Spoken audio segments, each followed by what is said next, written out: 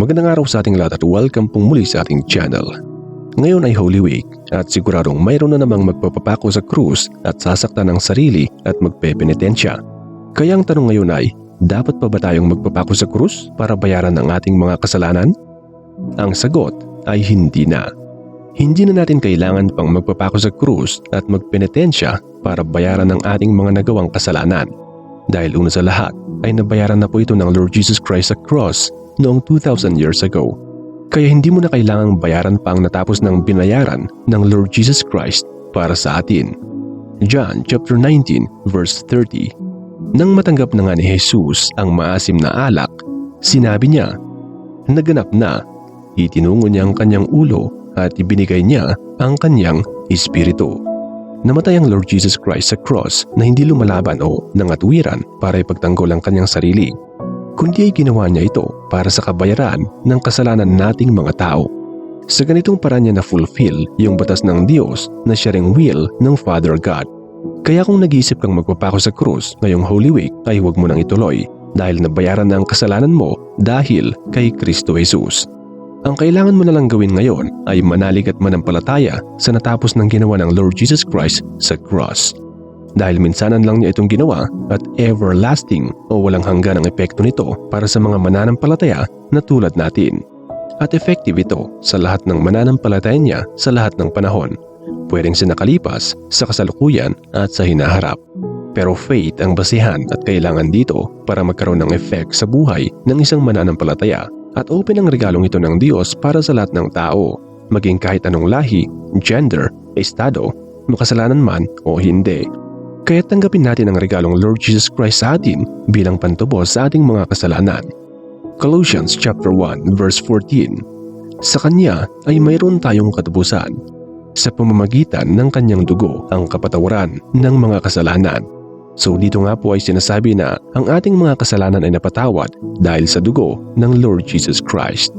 Ang pangalawang dahilan kaya hindi mo na kailangang maipako sa cross ngayong Holy Week ay dahil walang bisa ang iyong sariling pagsasakripisyo.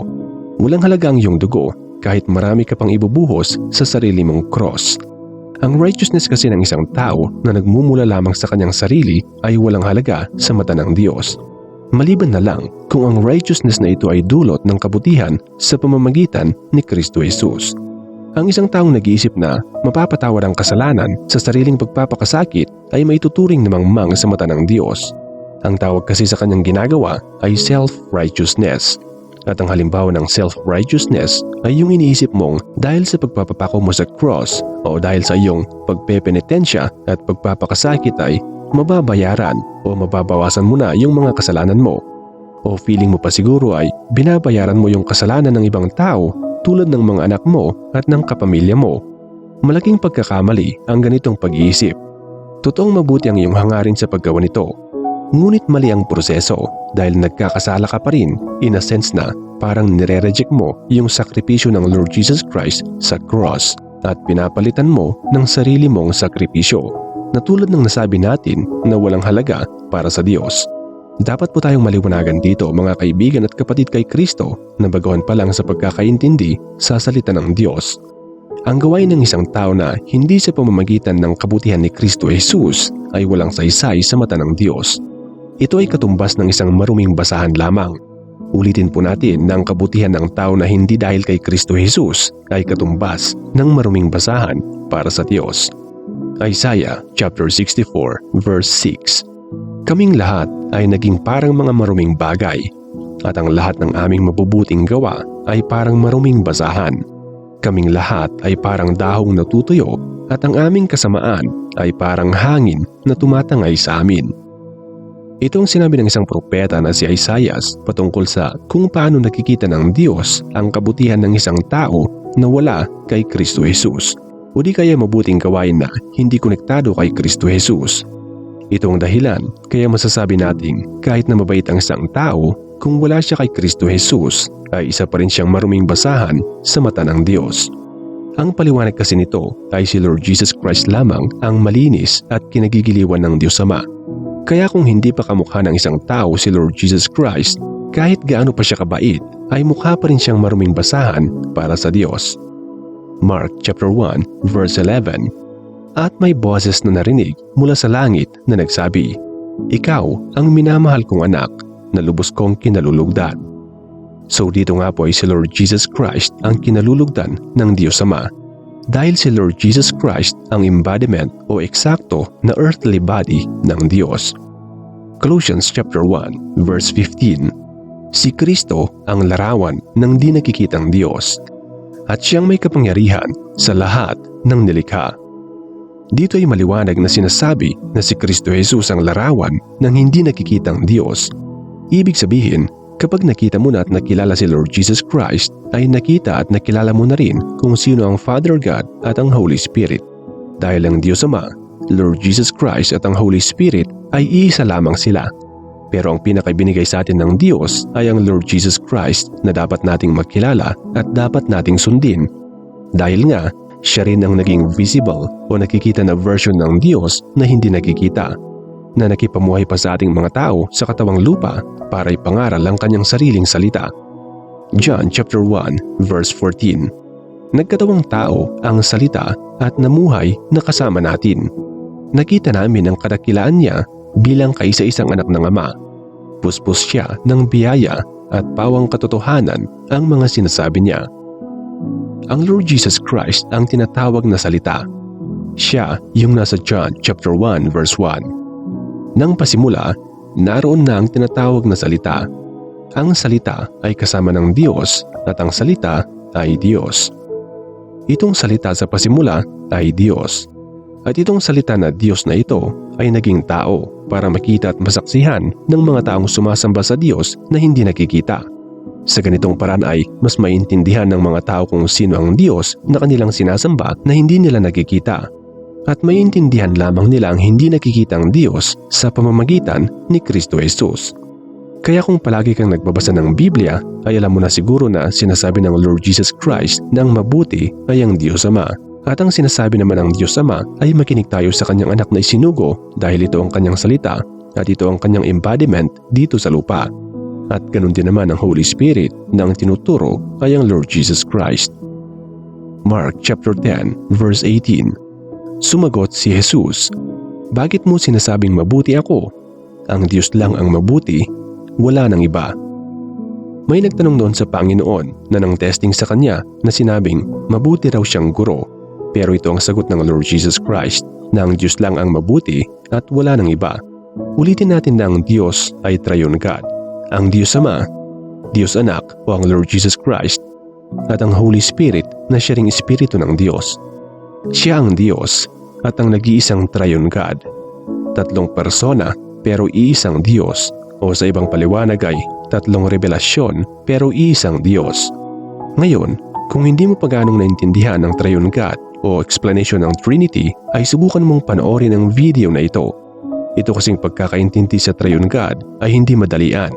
Kailangan muna kasi ng isang mananampalataya na maipanganak sa Espiritu para yung Holy Spirit na mismo ang magpapaliwanag sa mananampalataya na ito kung sino siya bilang Triune God. Pero sa video na ito ay mag-focus tayo sa tanong na dapat ba tayong magpapako sa cross at magpenitensya? Hindi nyo na po kailangang magpenitensya at magpapako sa krus dahil katulad ng nasabi natin, una, nabayaran na ng Lord Jesus Christ ang kasalanan ng tao sa cross of Calvary 2,000 years ago. Natapos na niya. Kaya nga ito tinatawag na grace dahil hindi ka nasisingilin ng batas dahil sa kasalanan mo dahil nagbayad na po ang Lord Jesus Christ sa cross. 1 Peter chapter 1 verses 18 to 19. Alam naman ninyo kung ano ang pinangtubos sa inyo mula sa walang kabuluhang pamumuhay na minana ninyo sa mga ninuno ninyo. Ang ipinangtubos sa inyo ay hindi ang mga bagay na mawawala katulad ng ginto o pilak, kundi ang mahalagang dugo ni Kristo. Katulad siya ng isang tupa na walang dungis o kapintasan na inihandog sa Diyos. Yung pinaka-valuable na pinambayad ng Diyos sa nire-require ng batas na kamatayan dulot ng kasalanan ay ang dugo at katawan ng Lord Jesus Christ. Yung dugo ang pinakamabisang pinambayad dito. Dahil sa dugo ng Lord Jesus Christ na pinanghuhugas natin sa ating mga sarili ay napapawalang sala tayo sa mata ng Diyos.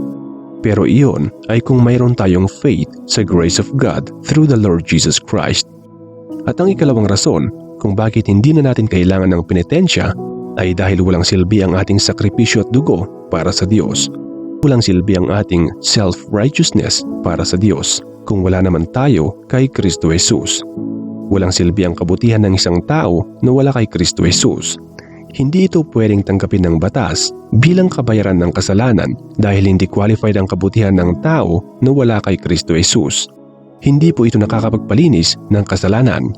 Tangi lang na ang dugo ni Kristo Jesus ang siyang tinuturing ng Diyos na walang dungis o kapintasan dahil siya lang naman ang walang kasalanan na ginawang handog para sa paglilinis ng mundo. At ito yung pinakamensahe ng John chapter 3 verse 16. So ito nga ang dalawang simpleng dahilan kung bakit hindi mo na kailangan pang magpakasakit sa pagpapapako sa cross o pagpepenitensya dahil ang sakripisyo na nais ng Diyos ay sakripisyo sa ibang paraan. Luke chapter 14 verse 27. Ang sino mang ayaw sumunod sa akin dahil natatakot siyang mamatay para sa akin ay hindi maaring maging tagasunod ko.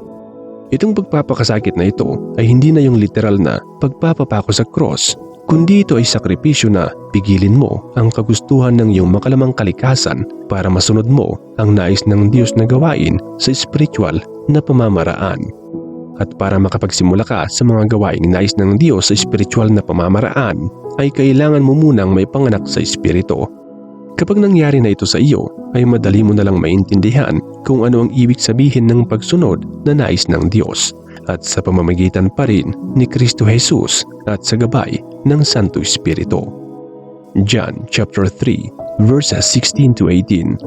Sapagkat ganito ang pag-ibig ng Diyos sa mga tao sa sanlibutan, ibinigay niya ang kanyang bugtong na anak upang ang sinumang sumasampalataya sa kanya ay hindi mapahamak kundi magkaroon ng buhay na walang hanggan. Sapagkat hindi sinugo ng Diyos ang kanyang anak dito sa mundo upang hatulan ng parusa ang mga tao, kundi upang iligtas sila. Ang sumasampalataya sa kanya ay hindi hahatulan ng kaparusahan. Ngunit ang hindi sumasampalataya ay hinatulan na dahil hindi siya sumampalataya sa kaisa-isang anak ng Diyos.